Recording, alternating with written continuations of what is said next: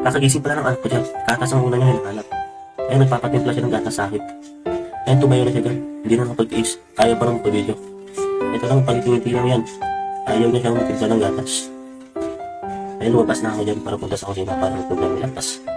Kaya papunta niya. Nakalimutan ko nga pala yung bottle dyan. Kaya pinanguha ko sa kanya. Dati-dati na naman yung pinunta sa akin. Pinuha ko na yan. Uubo pa siya dyan, no? Ayun, nabasa ko na yung bottle dyan. Minekos-mekos ko na yan. Sige, mekos-mekos ko na para matanggal yung bacteria. Mekos-mekos na yan. Pagkatapos ng mekos-mekos yan, nilapag ko na dyan para hunin ko yung gatas niya sa taas. Ay, naglagay na ako ng limang scoop dyan kasi baka hindi na naman niya maubos. Yan, limang scoop nilagay yan. Tapos nilagyan ko na ng criminal water yan. Yan, tansya-tansya lang yung ginagawa ko dyan. Yan, walang patay, dinagtihan ko yan. Sabi, mekos-mekos ko na naman yan.